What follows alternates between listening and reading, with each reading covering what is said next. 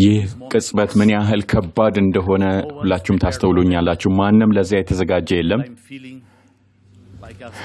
የሚሰማኝ ቃል እንደሌለኝ ነው። ጥቂት ደቂቃዎች ወይም ሰከንዶች ነበር የተሰጡኝ የሆነ ነገር አዘጋጅቼ ለእናንተ ለመናገር። ነገር ግን ከየትኛውም ሌላ ቃል በፊት አንድ ልነግራችሁ የምፈልገው ነገር አለ። ወደፊት እጓዛለሁ። በእግዚአብሔርና በቤተ ክርስቲያኑ ላይ ያለኝን መተማመን በማደስ በየአርብ ምሽቱ ባለን የቤተሰብ ጸሎት አንድ ባህል አለን። ሁሌ ጊዜን እንወስዳለን እግዚአብሔርን በማመስገን። አርብ በሰንበት መቀበያ ጊዜ በልባችን ያለውን እየተጋራን ጊዜ እንወስዳለን። ሳምንቱ እያለቀ ስለሆነ በሕይወታችን ስላለ ነገር እናወራለን፣ እናመልካለን። ከትንሽ ሳጥን ውስጥ ደግሞ የሆነች መጽሐፍ ቅዱስ ጥቅስ እንወስዳለን። አንዱን ከፖርቹጋልኛ ሳጥን፣ አንዱ ደግሞ ከእንግሊዝኛ ሳጥን ውስጥ። እንግሊዝኛን አሁንም እየተማርኩ እንደሆነ ታስተውላላችሁ። በቅርቡ ደግሞ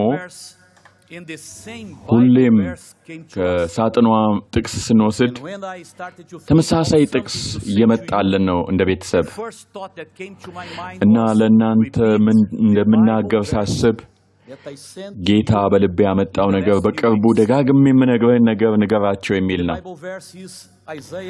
የመጽሐፍ ቅዱስ ጥቅሱ ኢሳይያስ 41:10 ነው። ምናልባትም ሁላችሁም በቃል ታውቁታላችሁ። አትፍራ፣ እኔ ከአንተ ጋር ነኝ። አትደንግጥ፣ እኔ አምላክህ እግዚአብሔር ነኝ። አበረታሃለሁ፣ አዎን እረዳህም አለው። በጽድቅ ቀኝ እጄም ደግፌ ይዝሃለሁ። ዳግም በጌታና በእርሱ ቤተ ክርስቲያን ላይ መተማመኔን ላጠነክር ላድስ እፈልጋለሁ። እርሱ ከሁሉ ነገር ጀርባ አለ። ይህችን ዓለም አቀፍ ቤተ ክርስቲያን ለመምራት ኃላፊነትን መቀበል ቀላል ውሳኔ አይደለም። የመጨረሻ መልሳችንን ከመስጠታችን በፊት በጣም አመንትተናል። ነገር ግን እንደ ቤተሰብ ተወያየን። ምክንያቱም እንደ አንድ ቤተሰብ ነን። አንድ ላይ ጌታን እናመሰግናለን፣ እናገለግላለን፣ እንወጣለን፣ እንገባለን እንደ ቤተሰብ። ነገር ግን በዚች ቤተ ክርስቲያን ባለቤት በመታመን ወደፊት እየሄድን ነው። ጥቂት የምስጋና ቃላትን ለመናገር እፈልጋለሁ። በመጀመሪያ ዓለም አቀፍ የሆነውን የሰባተኛ ቀን አድቬንቲስት ቤተ ክርስቲያን ማህበረሰብ ቤተሰብ ማመስገን እፈልጋለሁ። ዛሬ በእናንተ የተወከለውን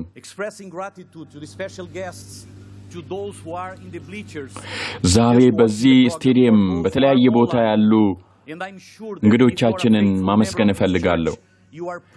ደግሞ ማውቃለሁ እናንተ ታማኝ የቤተ ክርስቲያን የሰባተኛ ቀን አድቬንቲስት ቤተ ክርስቲያን አባል ከሆናችሁ አሁን እየጸለያችሁ ነው።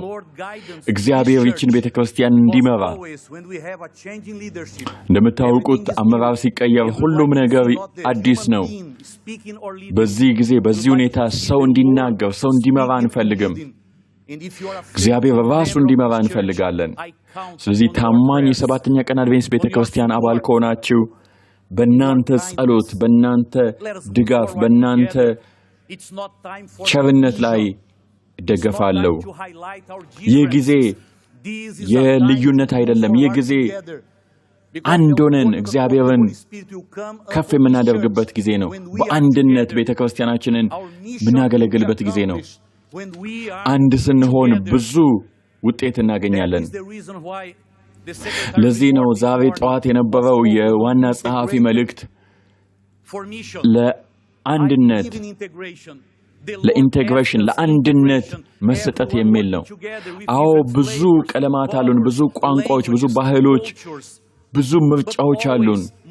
ነገር ግን በአንድነት ወደፊት እንጓዛለን።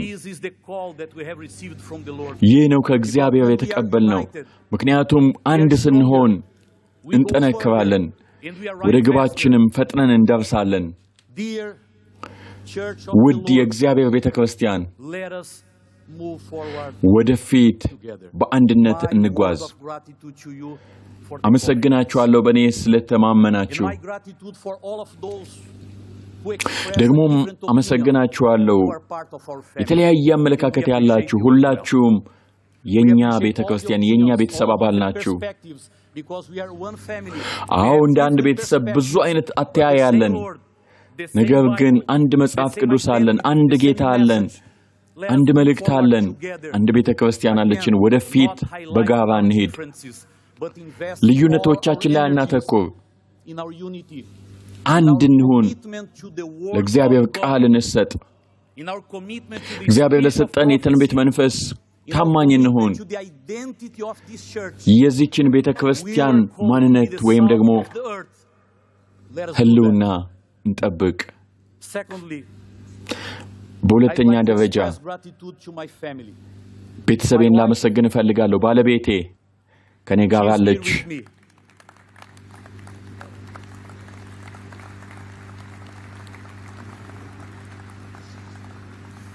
ሁሌም ከኔ ጋር ናት።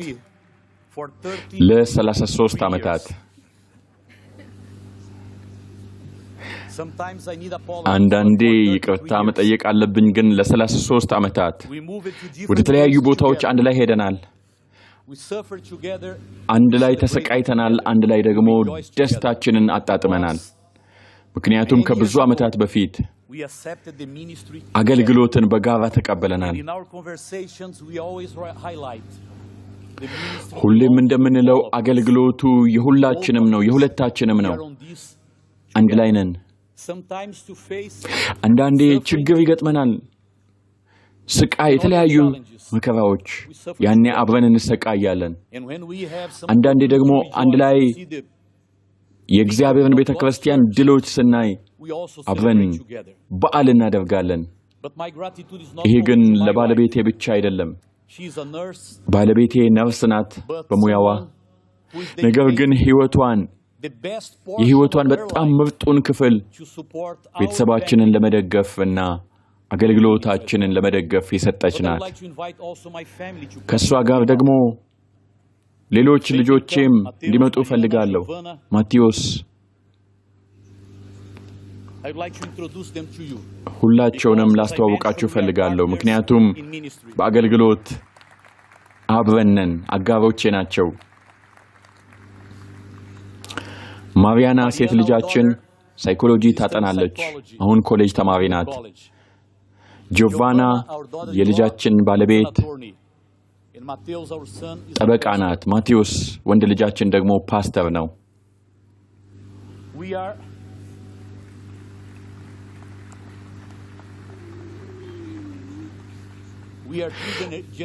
እኛ 3 ትውልድ ፓስተሮች ነን። አባቴ ምናልባትም አሁን እየተከታተለ ይሆናል ይህንን በቴሌቪዥን ጡረታ የወጣ ፓስተር ነው። ልጄ ማቴዎስም ፓስተር ነው።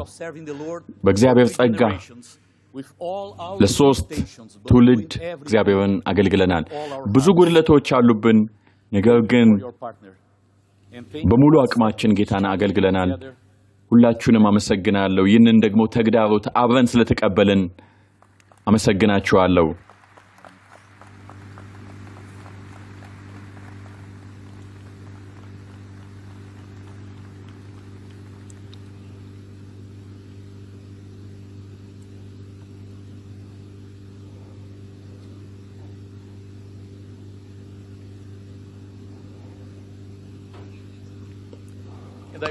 የምስጋና ቃላቴን እንዲህ ደግሞ መቋጨት እፈልጋለሁ።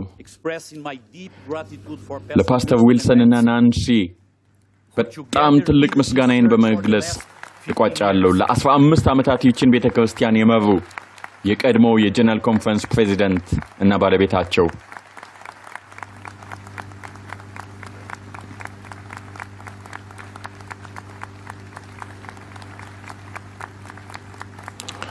ፓስተር ዊልሰን አሁን እዚህ የለም ኋላ ይመጣል ግን አምናለው የዚህን ምስጋናዬን ጭብጨባ ድምጽ ባለበት ሆኖ እየሰማ ነው በነገራችን ላይ ለሱ ዕውቅና እየሰጠው አይደለም ከሱ ጀርባ ያለውን እግዚአብሔርን ዕውቅና እየሰጠው ነኝ ከሱ ጋር 4 ዓመታት በቅርበት ሰርተናል ሰውን የሚያደንቅ ሰው ነው የመሪን ባህሪ በርሱ ውስጥ አይቻለሁ ከህይወቱ ምርጡን ለዚች ቤተክርስቲያን የሰጠ ሰው ነው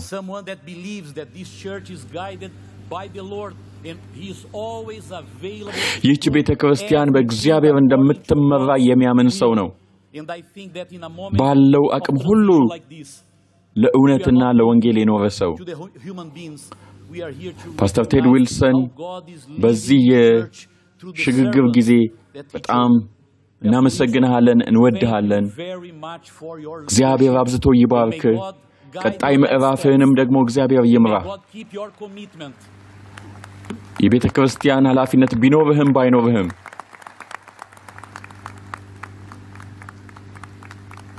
በቀጣይ ጊዜ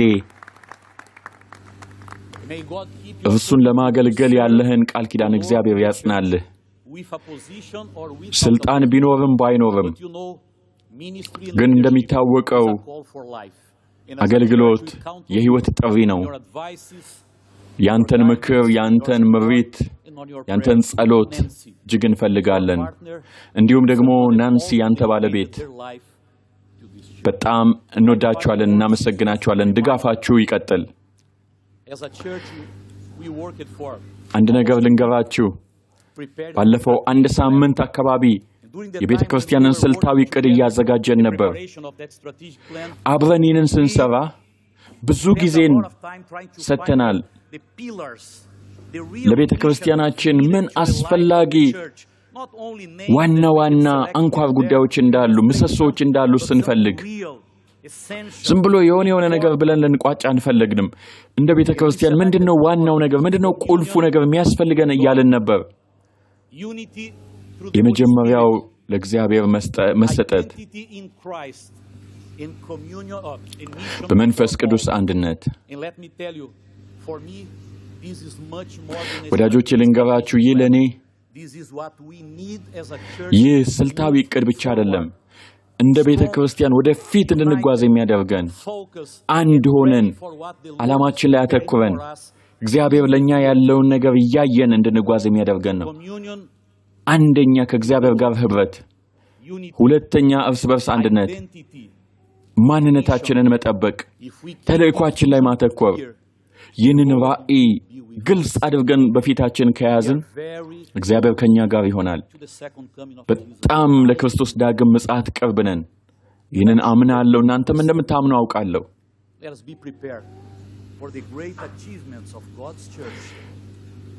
በቅርቡ የቤተ ክርስቲያን ትልቁ ግብ ክርስቶስ ኢየሱስ በክብር በዳመና ሲገለጥ ወደ እርሱ መሄድ ነው ነገር ግን ከብዙዎች ጋር